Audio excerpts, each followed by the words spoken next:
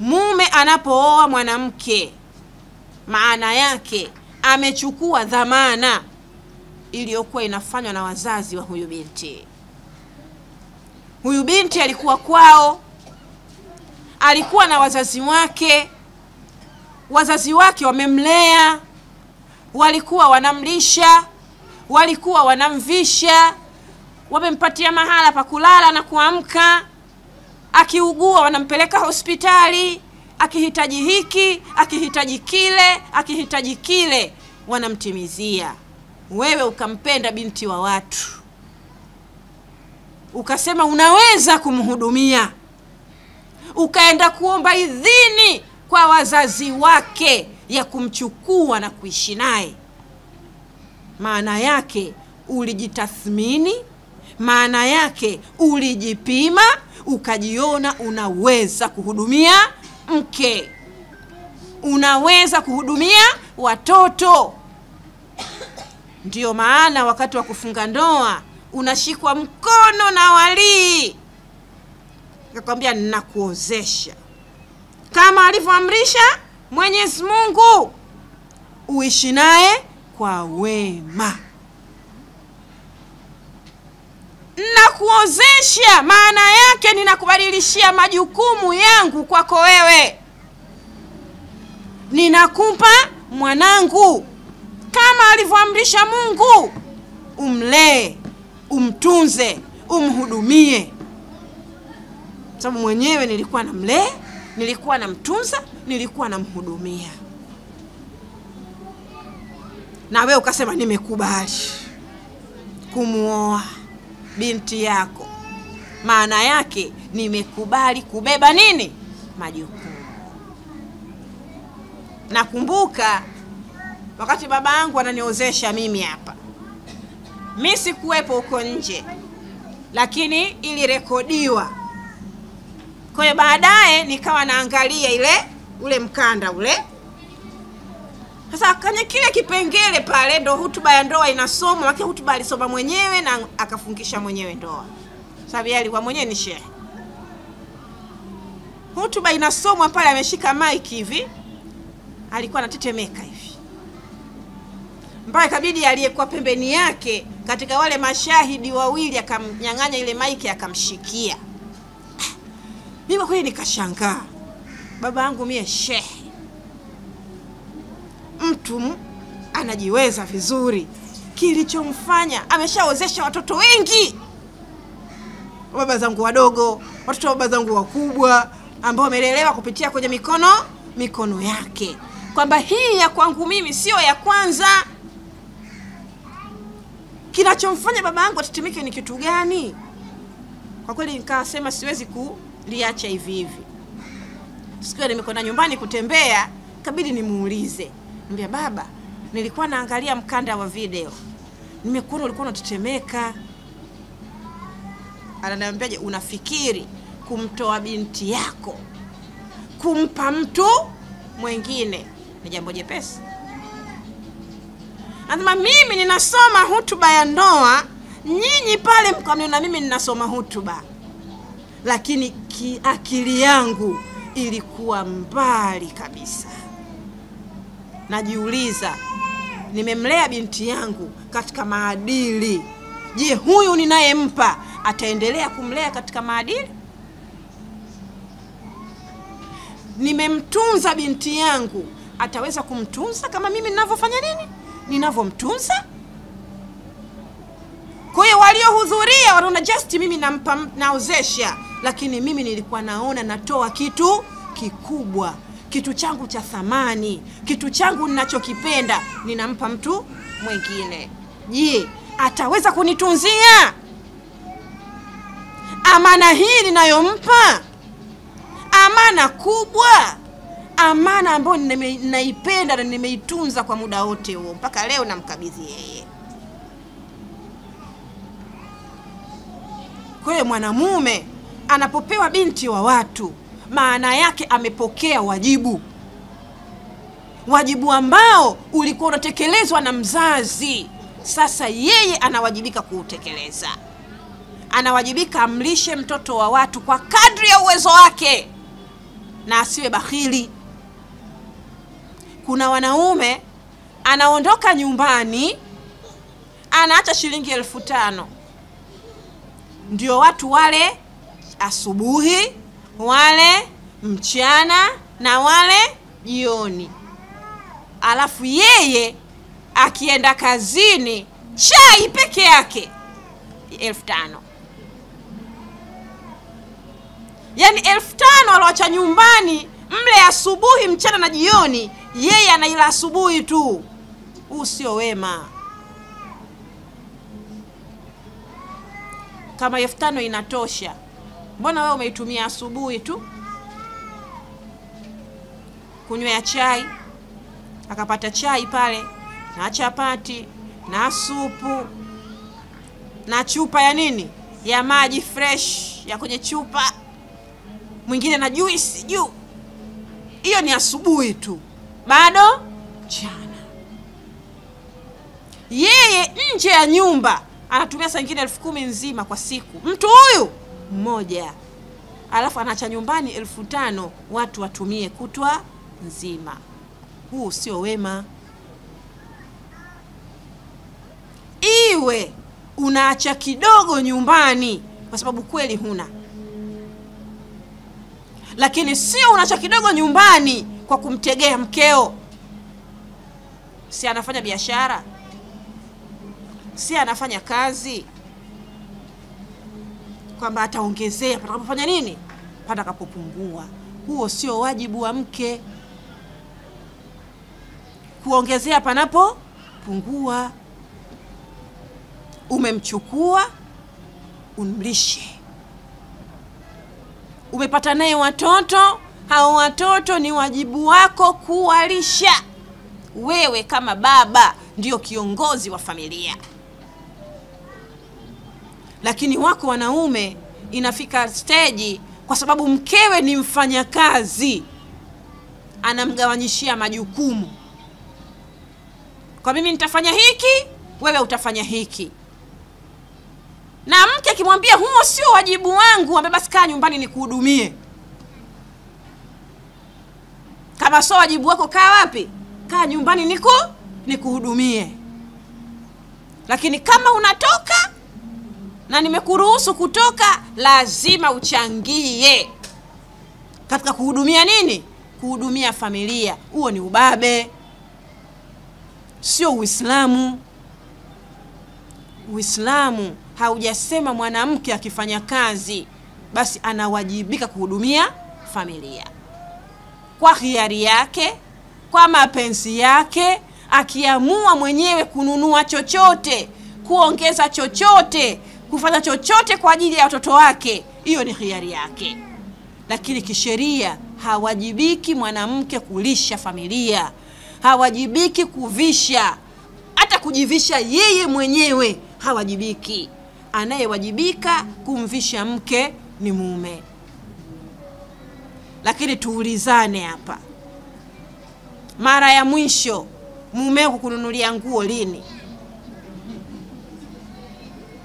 Sikukuu ya Eid, kwa manake wewe unavaa mara moja kwa mwaka. Tena huyo wa sikukuu ya Eid pia ana nini? Ana afadhali. Yani kuna watu toka zile nguo alizokabidhiwa kwenye sanduku, basi ndo hajaona nguo ya mume tena. Au nasema uongo jamani? Niwahi kuletewa kesi na binti mmoja. Yani mimi mume wangu hanunuli nguo kabisa. Akalalamika hapo. Nikamuita mumewe kuongea naye.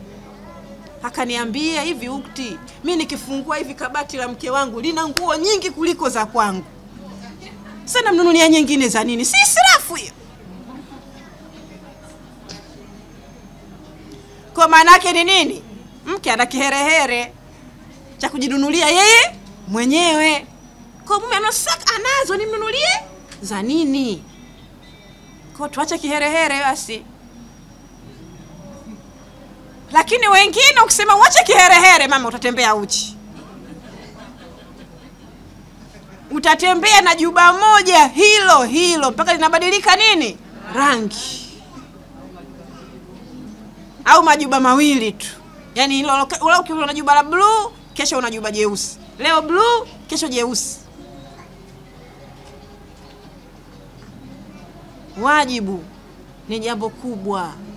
Wanamume wanapaswa kufahamu huu wajibu wamepewa na Mungu na hawakupewa na mtu. Mwenyezi Mungu anasema ar-rijalu qawwamuna 'ala an-nisaa.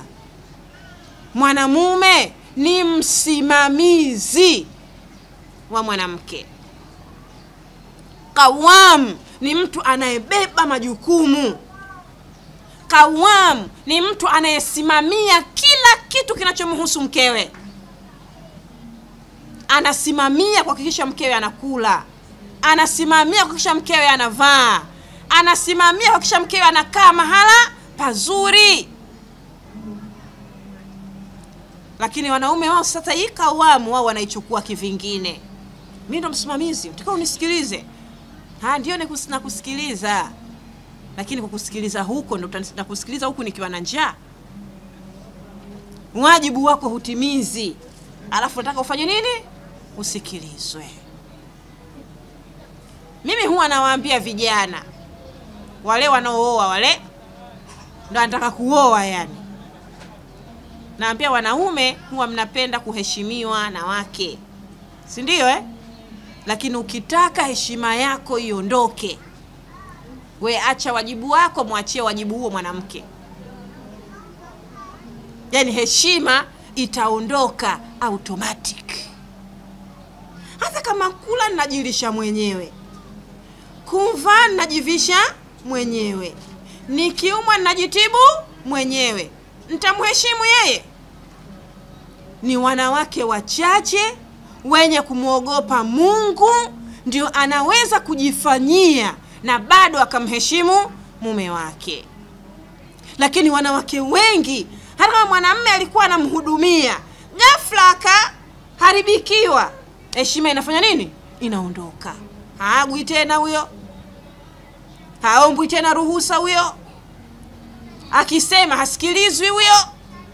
Kisa pesa hana, huduma haipo.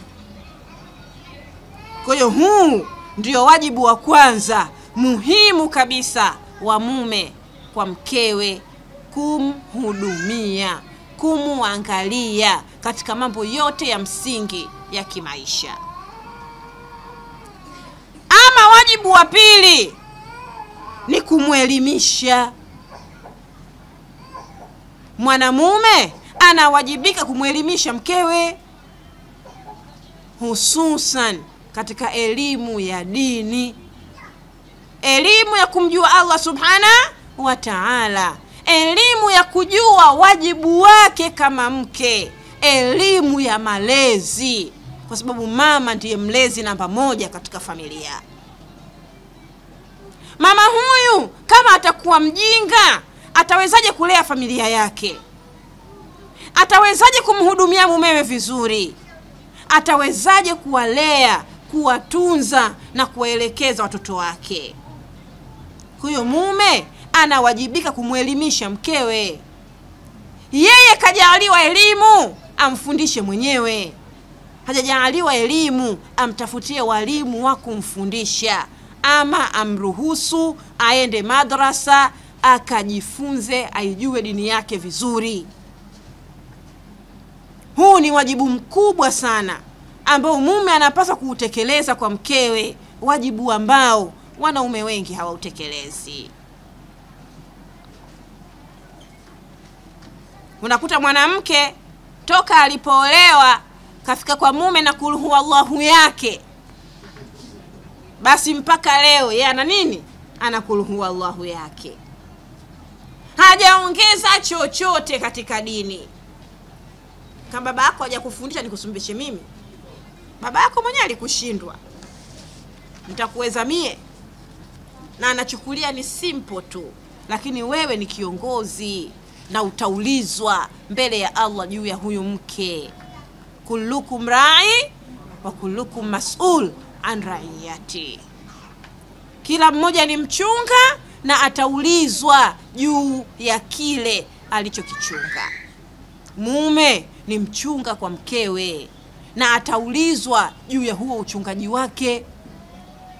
Moja ya uchunga mkubwa ni kuhakikisha mkewe anamjua Mwenyezi Mungu na anatekeleza ibada vile inavyotakiwa. Hatatekelezaje ibada hali ya kuwa ibada zenyewe hazijui? Unakuta mume ni shehe lakini mkewe maamuma, hajui chochote, hana muda wa kumfundisha mkewe, lakini anafundisha watu wengine. Hana muda wa kufundisha wanae, lakini anafundisha watu wengine. Hii ni kinyume. Huu ni wajibu mwingine muhimu kabisa wa mume kwa mkewe, kumwelimisha.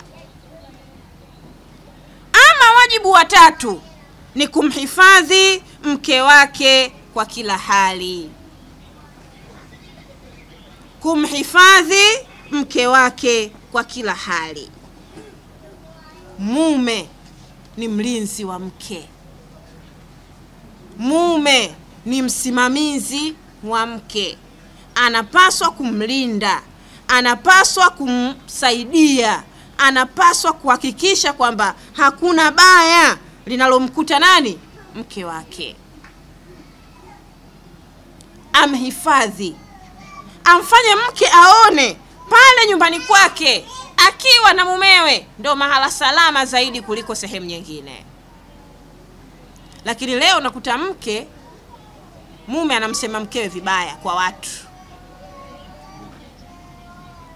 Mawifi wanamshutumu na yeye anasema kwani hayo si madogo, niulizeni mie. Yaani mwanamke mimi namvumilia tu. Yaani kichwa maji huyu sijapata kuona mimi. Sasa kama wewe mume unasema hivyo, unategemea wao wafanyeje? Mume unamtaka kama mkeo anakosea mbele za watu unamlinda, alafu mkiwa wenyewe chumbani ndio unamkosoa.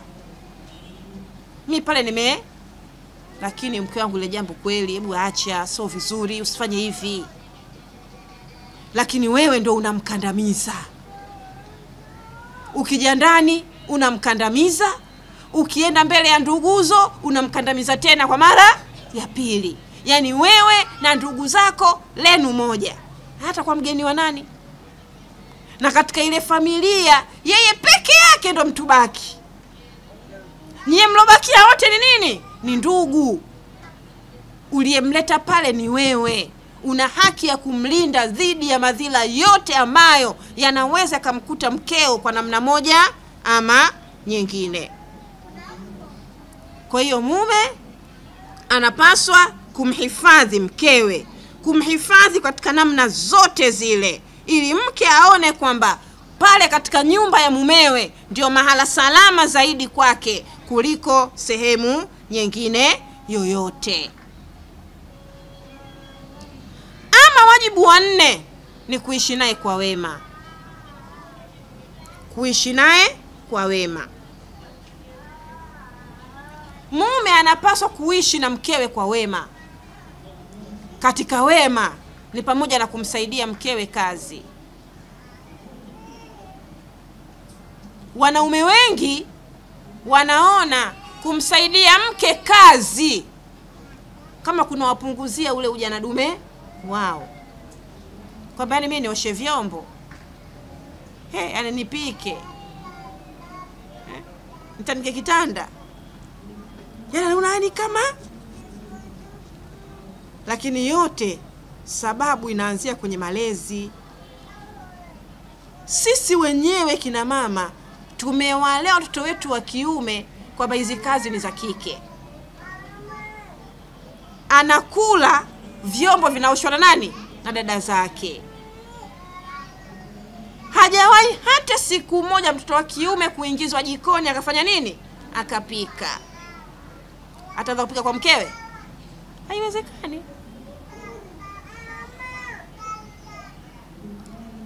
Kitanda chake mwenye anacholalia unawatuma wanawake wakamtandikie.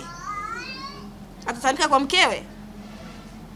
Wakati huko yeye anajiona yeye ndio bosi tena.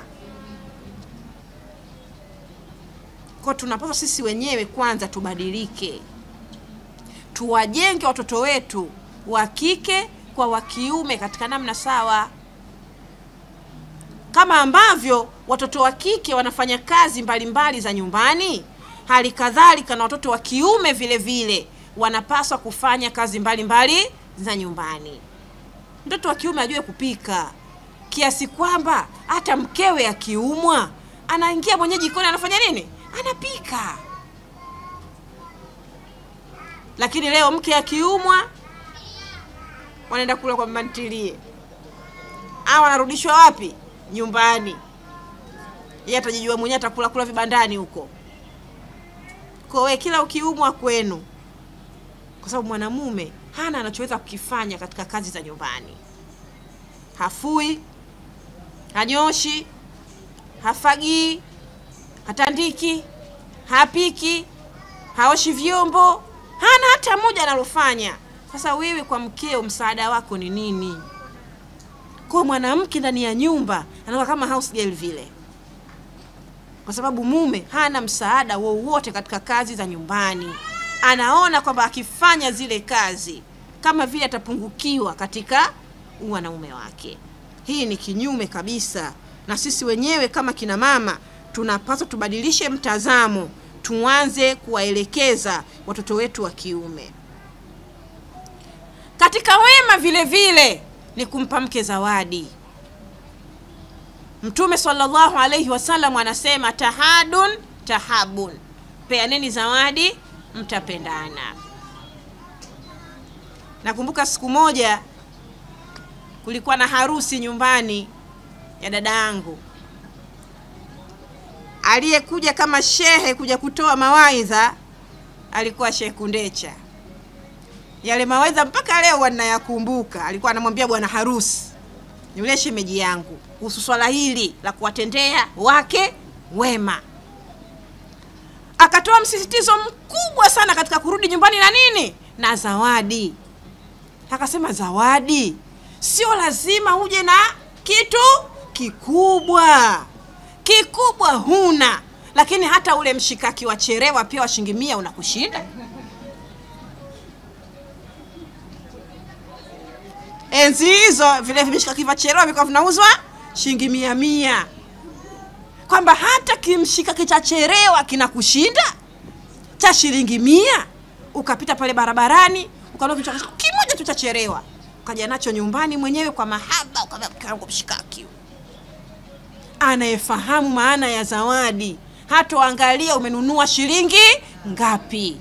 Ataona mume wangu amenifikiria na amenikumbuka na ameniletea nini? Zawadi. Au hata pipi na kushinda. Pipi shilingi ngapi? Shilingi 50. Kwamba yani wewe hata chenchi basi rudi kwenye daladala umeshinda kutoa shilingi 50 ukamnunulia mkeo pipi. Lakini ni nini? Hatuna yale mahaba baina yetu. Yakikosekana yale mahaba, ndio huwezi kuwaza kuhusu kumpelekea mwenzio zawadi. Unasema si ameshakula, nishamwachia ya kula inatosha. Lakini zawadi inajenga mapenzi. Zawadi inaleta mahusiano yaliyokuwa mazuri baina ya mke na mume. Ama jambo la mwisho, ikiwa mume ana mke zaidi ya mmoja, basi anapaswa kufanya uadilifu. Katika wajibu muhimu kabisa wa mume ni kuwa mwadilifu. Ikiwa ana mke zaidi ya mmoja, ameamua kuoa wake wawili, ameamua kuoa wake watatu, ameamua kuoa 4, basi anapaswa kuwa mwadilifu baina ya hao wake. Asimpendelee mmoja dhidi ya wengine. Awaweke sawa katika makazi, awaweke sawa katika mavazi, awaweke sawa katika chakula, awahudumie huduma inayofanana. Sio mwingine akiumwa anapelekwa Zakiemu pale, mwingine akiumwa anapelekwa Aga Khan. Huo sio uadilifu.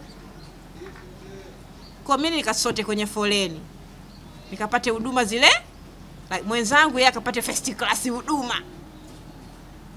Si uadilifu. Mwingine kapangiwa chumba hichi kimoja, hicho ndio chumba, hicho ndio sebule, hicho ndio jiko, hicho ndio store. Alafu mwingine kapangiwa nyumba nzima. Huo sio uadilifu. Mwingine ananunuliwa Mturuki 170,000, 200,000, 2,250. Mwingine ananunuliwa baibui la mtumba la shilingi 5,000. Huo sio nini? Sio uadilifu. Ina maana huyu ana hadhi ya Mturuki, huyu ana hadhi ya mtumba, na wote ni wake zako. Umewaoa wote kwa taratibu moja aliyoielekeza Allah subhanahu wa ta'ala na aliyotufundisha mtume wetu Muhammad sallallahu alayhi wasallam. Mwingine unamuonyesha mapenzi makubwa kabisa, alafu mwingine huo sio uadilifu. Yaani mpaka mtu anajua kabisa mimi sipendwi, nipo tu, anayependwa fulani. Huo sio uadilifu. Mtume wetu Muhammad sallallahu alayhi wasallam anatufundisha uadilifu kwa namna ambavyo alikuwa akiishi na wakeze. Kipo kisa kimoja maarufu, kisa cha pete. Mama Aisha yeye alikuwa ndo kamke kadogodogo, mke machachari kidogo. Siku moja akamwambia Mtume sallallahu alayhi wasallam, akamuuliza, hivi nani katika wake zako ambaye unampenda sana? Akamwambia wewe. Sasa basi watangazie wake zako wote kama unanipenda sana.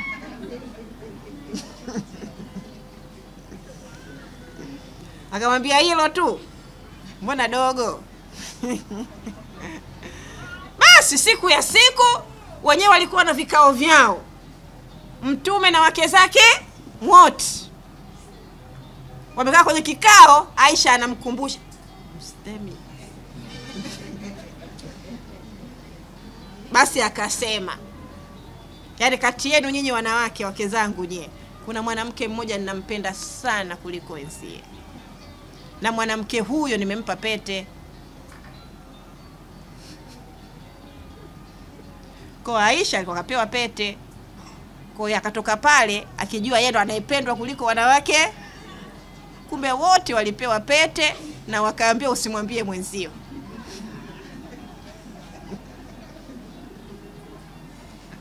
Kwa hiyo kila mmoja akatoka pale anajijua yeye ndio anayependwa kuliko wote, kwa sababu kapewa pete. Kumbe pete wamepewa wanawake wote.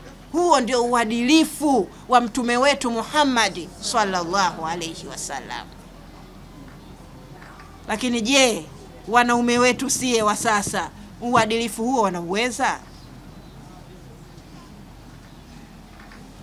Mwanamume anamsema mwanamke mbele ya mke mwenzie, anamnanga, kwani ana kitu basi yule, na mstiri tu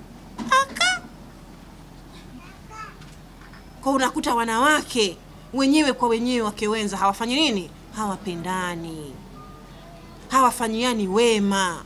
Lakini sababu inaanzia kwa yule aliyefanya nini? Aliyewaoa mume. Kwa hiyo mume anapaswa kuwa mwadilifu kwa wakeze wote, madhali yeye ameamua kuoa mke zaidi ya mmoja. Kwa huo ndio wajibu wa mume katika familia. Sasa wako wanaume ambao hawatekelezi wajibu wao, si ndio Sasa ndio wewe mmeo aina hiyo, nini kifanyike? Cha kwanza ni kuzungumza naye na kumkumbusha wajibu wake kwa kumwelekeza kupitia maneno ya Mwenyezi Mungu na maneno ya mtume wetu Muhammad sallallahu alayhi wasallam. Kwanza ni kumkumbusha wajibu wake. Umemkumbusha wewe kwa nafasi yako, aleta jeuri, hasikii, hakumbushiki, watumie wakubwa waliomzidi yeye. Zungumza na wazee wake, zungumza na wazee wako, wamkalishe chini, wamuelekeze na wamkumbushe wajibu wake kama mume na umasulia ambao ataubeba mbele ya Allah subhanahu wa ta'ala. Hilo limeshindikana, unapanda juu zaidi kwa viongozi wa dini,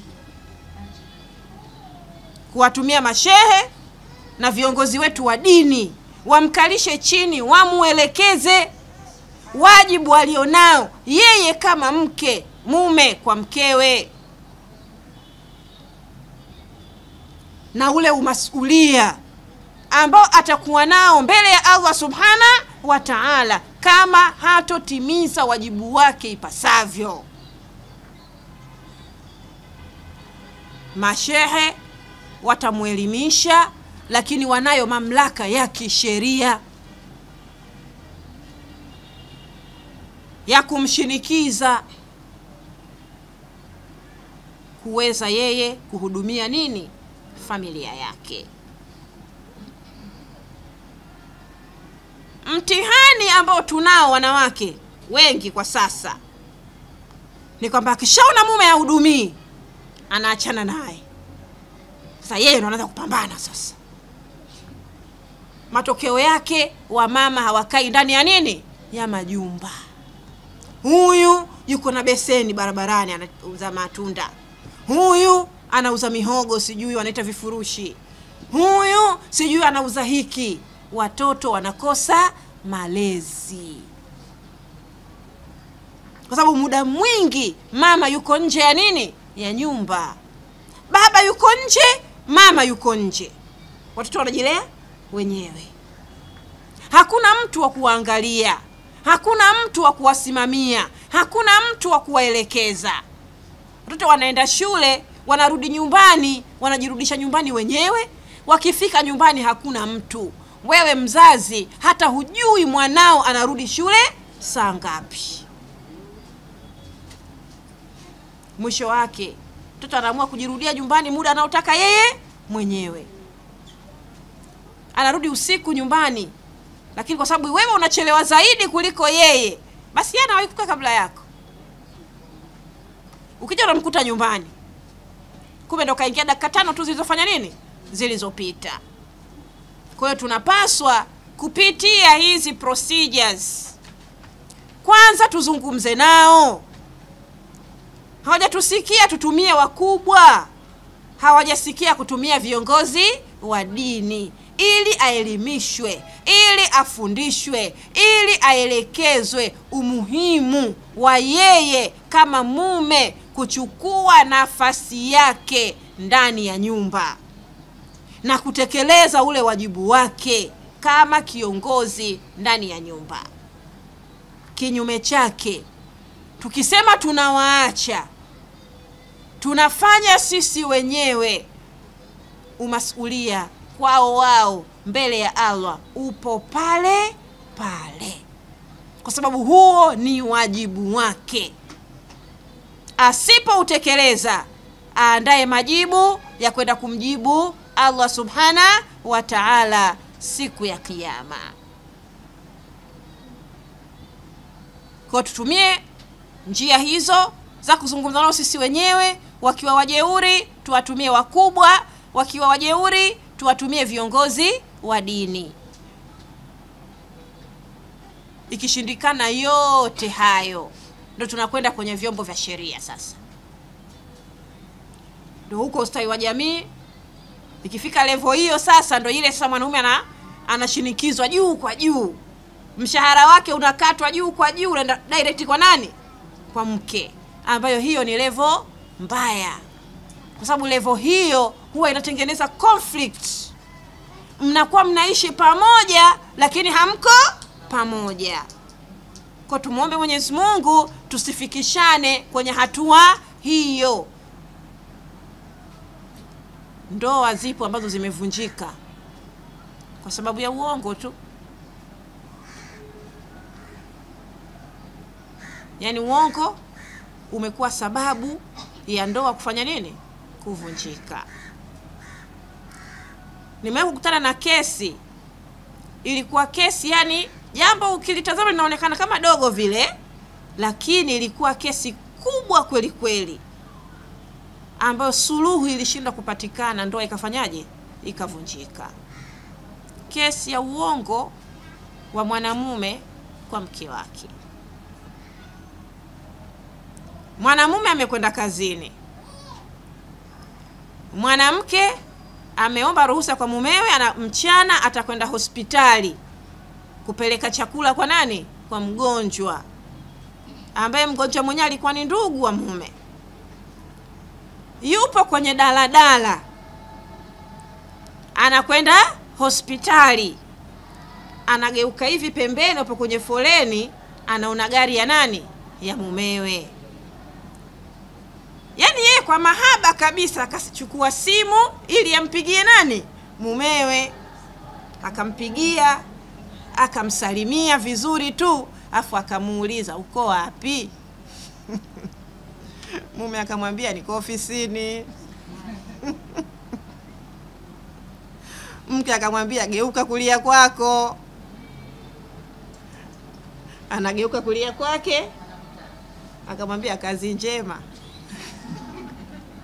Alafu taa zishafanya nini? Zisharuhusu, gari inaondoka. Ukilitazama hili jambo unaweza ukaliona ni dogo lakini lilikosti ile ndoa. Ilivunjika kabisa. Ikabidi tena baadaye watu wakubwa sasa ndio waingilie kati, waanze kuzungumza, waanze kusuluhisha. Ndio hatimaye yule bibi akafanya nini? Akakubali kurudi kwa mumewe, akakubali rejea. Kwa sababu swali lilikuwa kama unakokwenda kulikuwa ni sehemu salama kabisa, why unidanganye? Kwa nini unidanganye uko ofisini wakati uko barabarani? Na kilichoufanya ule ugomvi uwe mkubwa, mle ndani ya gari kulikuwa na mwanamke. Mwanamume alikuwa anakwenda sehemu salama kabisa, alikuwa ni sehemu ya kazi, na aliyekuwa naye kwenye gari ni mfanyakazi mwenzie. Lakini unatoaje maelezo kwa huyu mkeo ili akuelewe kama ulikuwa unakwenda kwenye kazi na yule uliokuwa naye ni mfanyakazi mwenzio wakati umemdanganya? Sasa wanawake tumekuwa waongo sana kwenye ndoa, kama ambavyo wanaume wengi pia wamekuwa waongo sana kwenye nini? Kwenye ndoa. Na kilichotufanya tuwe waongo zaidi ni hivi hapa vidude hivi.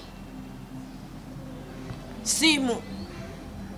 Yani unamuona kabisa mtu yuko ndani ya daladala, mpo Chanika, alafu anapigiwa simu, anamwambia mtu niko Kariakoo. Uongo. Yuko wapi? Chanika. Kumbe mtu yuko Kariakoo. Tunapaswa sisi kama wanandoa tushikamane na ukweli na tujiepushe na uongo, ili ndoa zetu ziwe na amani na salama. Ama jambo la pili ambao ni wajibu wa wote wawili, mke na mume, ni kila mmoja kuwa sababu ya utulivu kwa mwenzie. Kila mmoja kuwa ni sababu ya utulivu kwa mwenzie. Mwenyezi Mungu Subhanahu wa Ta'ala anasema katika Qur'ani, katika surati Rum, sura ya 30 aya ya 21, wa min ayatihi an khalaqa lakum min anfusikum azwajan litaskunu ilaiha wa ja'ala bainakum mawaddatan wa rahma inna fi dhalika la ayatin liqaumin yatafakkarun. Katika ishara zake Mwenyezi Mungu ni kuwaumbia wanaume wake. Kwa nini kawaumbia wanaume wake? Litaskunu ilaiha, ili wapate utulivu kwao. Waja'ala bainakum mawaddatan wa rahma, na akajaalia baina ya wawili hao mapenzi na huruma. Wewe mwanamke, Mwenyezi Mungu amekuumba na amekuleta duniani kuwa ni kitulizo cha mwanamume. Sakina, kama jina la nini? La msikiti wetu. Sasa jiulize, wewe upo kwenye ndoa miaka 10, miaka 20, miaka 30, miaka 5, miaka 2. Je, wewe ni utulivu kwa mumeo? Lakini je, huyo mwanamume ni utulivu kwako wewe? Au kila kukicha afadhali ya jana? Je, wewe unapokuwa haupo pale nyumbani, mumeo anahisi kama kuna mtu kapungua? Au anaona afadhali kaondoka? Ukisafiri, umeomba ruhusa, naomba nende nikasalimie wazee. Unataka kutoka kwa siku ngapi? Mwezi mzima. Ungefanya 2 ingekuwa vizuri zaidi.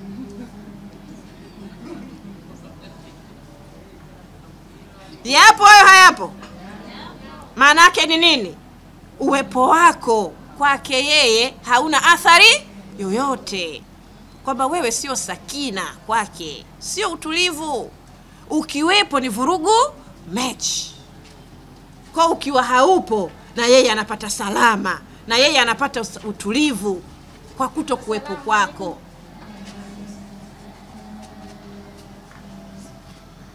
Kwa hiyo jambo la pili ambalo ni wajibu wetu sote wawili, wanawake kwa wanaume, kila mmoja anatakiwa awe sababu ya utulivu kwa mwenzie. Utulivu huu umeambatanishwa na mambo mawili. Ili upatikane utulivu, lazima kuwepo na vitu viwili: mawaddatan wa rahma, mapenzi na huruma. Yanapokuwepo mapenzi, inapokuwepo huruma, ndipo utulivu unapoweza kupatikana. Sasa wewe mwenyewe kaa, jitafakari, jitathmini, jiulize, kwa mumeo wewe mapenzi yapo, lakini huruma ipo? Ukimpenda na ukimhurumia, ndipo utakapoweza kumfanyia mambo mazuri mazuri. Kinachomfanya mke amfanyie mumewe mazuri, na kinachomfanya mume amfanyie mkewe mazuri, ni yale mapenzi na kuhurumiana. Kwa hivyo viwili vikipatikana, ndipo ule utulivu ambao Allah subhanahu wa ta'ala ameutaja katika sura ya 30 aya 21 unapoweza kupatikana. 3, uaminifu na kutimiza ahadi. Katika jambo la 3 la msingi ambalo ni wajibu wa kila mmoja katika ndoa, mke na mume, ni kuwa waaminifu na kuwa ni wenye kutimiza ahadi pindi tunapoahidiana. Tunaambia ina ahada kana mas'ula, hakika ahadi ni yenye kuuliza. Lakini ukosefu wa uaminifu na kuto kutimiza ahadi ni alama 2 katika alama za nini? Za unafiki. Tulitaja moja mwanzo katika zile ayatul munafik 3. Ya kwanza, wa idha hadatha kadhaba. Ya pili, wa idha waada akhlafa. Anapoahidi hatimizi, anahalifu ahadi. Lakini ya 3, wa idha tu'mina khana. Anapoaminiwa anafanya khiana. Kufanya khiana pale unapoaminiwa ndiyo kukosekana. Kwa nini? Kwa uaminifu. Ina maana unapokuwa muongo, unapokuwa utimizi ahadi, na unapokosa uaminifu, unaingia katika kuwa mnafiki kamili. Ukiwa na sifa moja, wewe una alama za nini? Za unafiki. Lakini zikitimia zote 3, wewe ni mnafiki kamili kabisa. Hebu tu kila mmoja ajitathmini, yeye ni muaminifu kiasi gani kwa mumewe? Au khini? amana uliopewa na Allah subhanahu wa ta'ala? Amana ya kwanza kubwa kabisa ambayo sisi wanawake tumepewa na wanaume wamepewa kwa wake zao ni huo mwili wako we mwenyewe. Ukishaolewa wewe ni milki ya mtu. Kila kilichoko katika mwili wako ni milki yake. Huruhusiwi kukionyesha kwa asiyefaa kufanya nini? Kukiona. Huruhusiwi kukitoa kwa asiyefaa kufanya nini? Kukitoa. Katika amana tulizonazo katika miili yetu ni amana nyingi mno. Mara nyingi sisi tunaposema kwamba huyu mtu anatakiwa kuwa muaminifu, huwa tunaangalia jambo moja tu, kwamba usitoke nje ya nini? Nje ya ndoa. Hilo ndo jambo pekee tunaloliona kwamba linahitaji nini? Uaminifu. Lakini je, kuongea na mwanamume asiyekuwa mumeo kwa sauti ya kimahaba, umehini au hujahini? Atuongei hivyo. Mtu anaremba sauti anaongea na muuza genge. Mtu anaremba sauti anaongea na muuza duka. Anaongea sauti ya mahaba na muuza genge, muuza nyanya. Lakini akiongea na mumewe anaongea kama askari, anatoa amri za jeshi.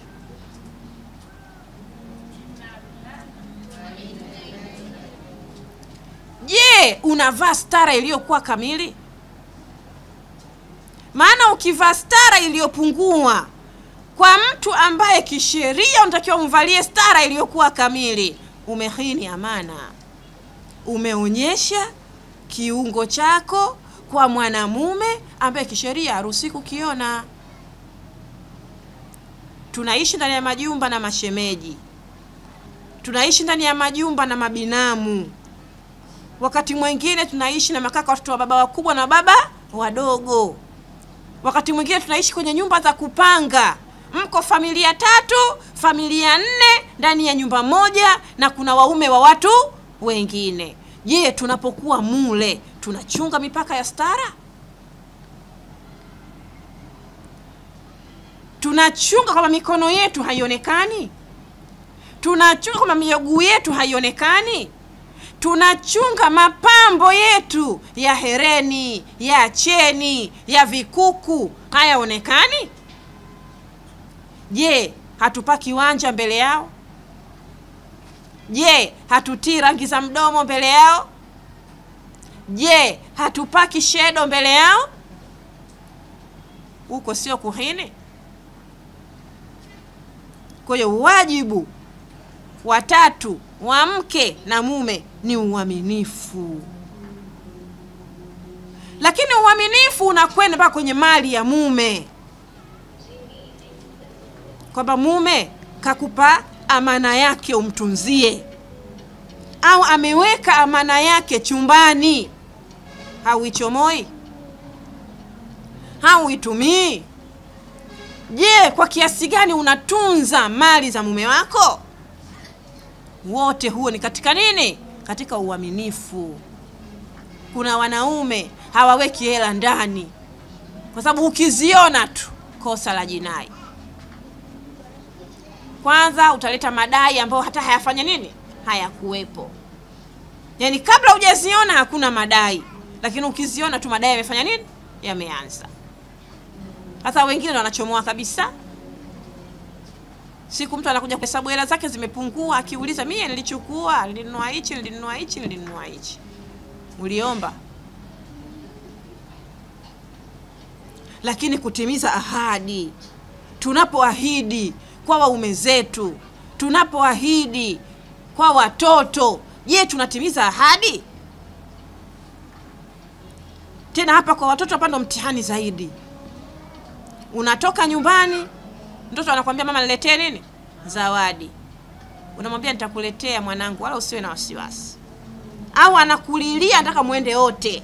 Unamwambia mwanangu wewe baki nikija nitakuletea nini? Ni ahadi hiyo, sio ahadi? Huwa tunapeleka zawadi? Hatupeleki.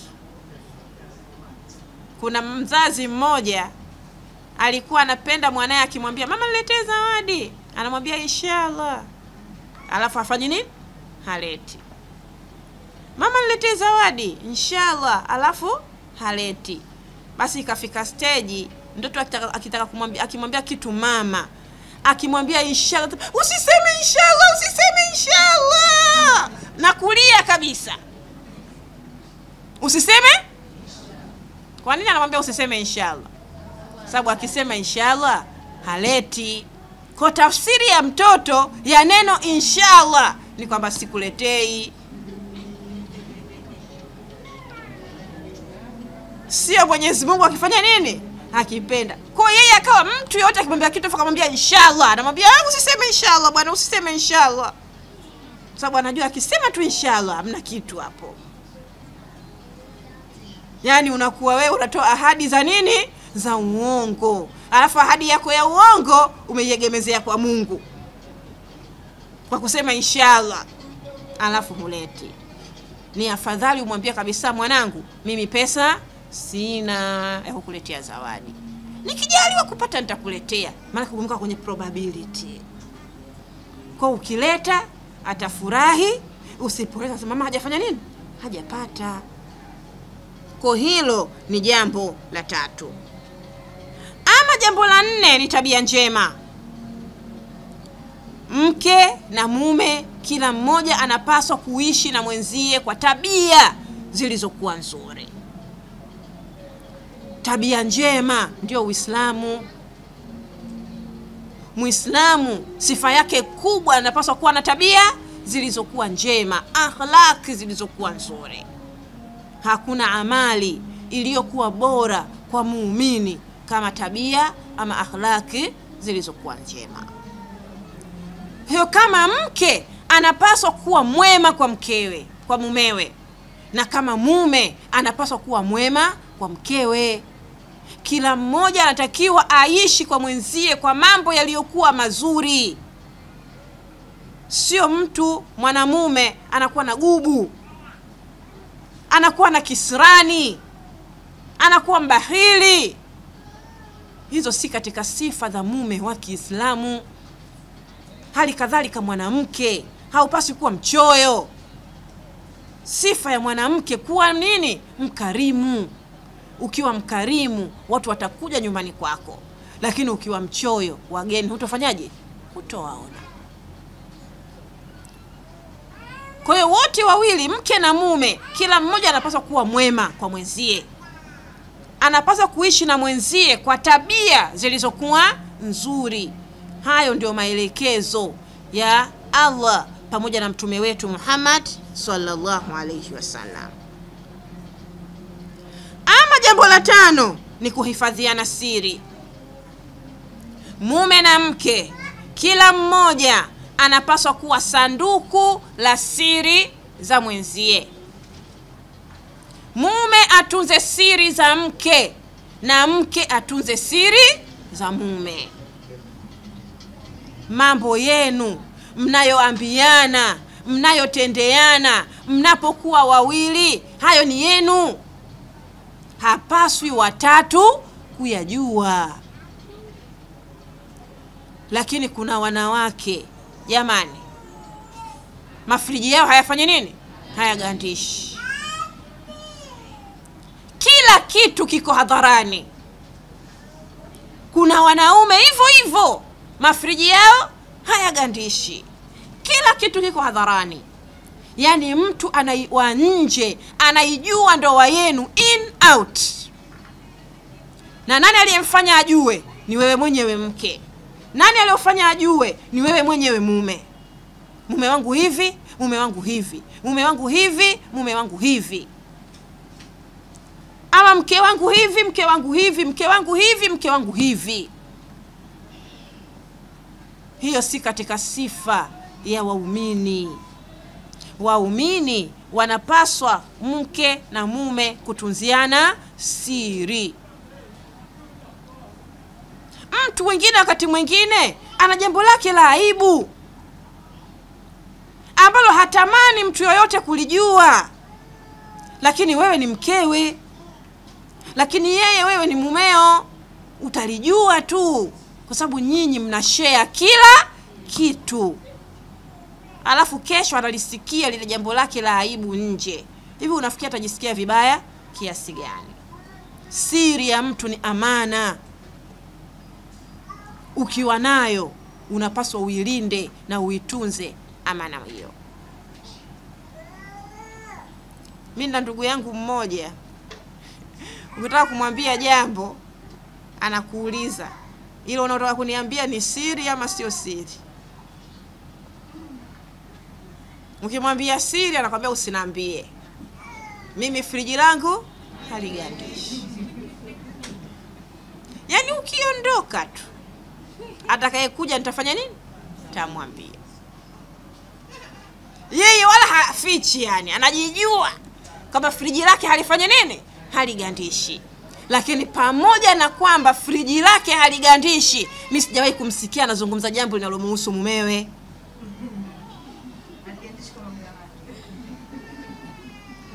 Sijawahi kumsikia anazungumza jambo linalomhusu mumewe.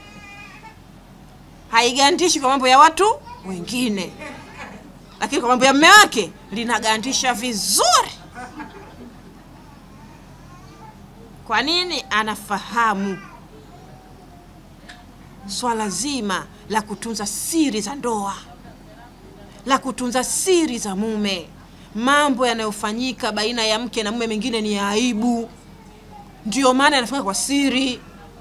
Alafu wewe unaenda kukaa na mashoga zako, unaanza kuwahadithia, mume wangu hivi, mume wangu hivi.